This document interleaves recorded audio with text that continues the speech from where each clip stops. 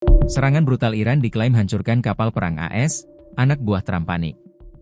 Serangan brutal Iran diklaim hancurkan kapal tempur Amerika Serikat, AS, di sisi lain AS lontarkan klaim palsu, jadi sorotan dalam eskalasi terbaru di kawasan Timur Tengah. Ketegangan ini kembali memunculkan versi cerita yang saling bertolak belakang dari kedua pihak.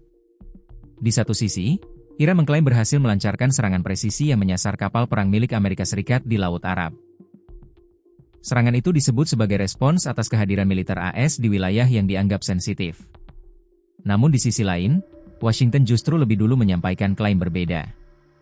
Mereka menyebut telah menargetkan kapal cepat milik Iran dalam operasi militer di kawasan tersebut. Tetapi, klaim itu dituding sebagai bentuk kepanikan AS. Dikutip dari tribunnews.com, perbedaan narasi ini memicu polemik, karena masing-masing pihak bersikeras dengan versinya sendiri. Iran bahkan menilai klaim AS tidak sesuai fakta di lapangan. Situasi makin memanas setelah muncul laporan adanya korban sipil dalam insiden tersebut. Iran menuding serangan AS justru salah sasaran dan mengenai kapal kargo warga. Sementara itu, IRGC mengumumkan keberhasilan mereka meluncurkan serangan rudal jelajah jarak jauh yang menyasar kapal perang AS di kawasan Laut Arab. Serangan mematikan ini disebut-sebut sebagai balasan telak Teheran terhadap kehadiran militer AS di wilayah tersebut. Pihak Iran mengklaim rudal-rudal mereka meluncur dengan presisi tinggi dan tepat mengenai sasaran.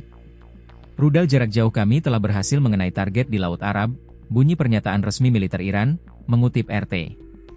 Langkah berani ini diambil IRGC sebagai bagian dari operasi besar-besaran untuk mengusir kekuatan asing yang dianggap mengganggu kedaulatan perairan regional.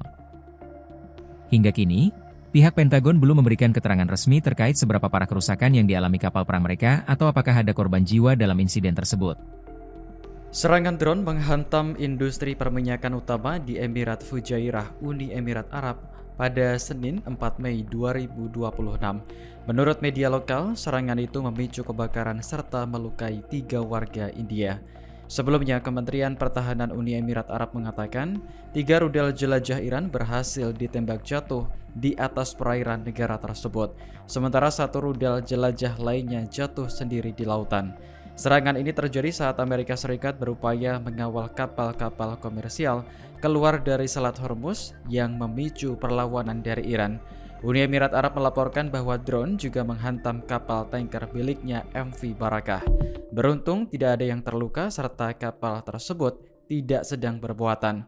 Uni Emirat Arab mengecam serangan itu dan menuduh Iran menggunakan Selat Hormuz sebagai alat pemaksaan ekonomi serta lokasi pembajakan. Sementara itu, pejabat militer senior Iran mengatakan bahwa Teheran tidak memiliki rencana untuk menargetkan Uni Emirat Arab. Sebelumnya, kantor berita Fars Iran melaporkan bahwa militer Iran menembak kapal patroli Angkatan Laut Amerika Serikat di dekat Selat Hormuz.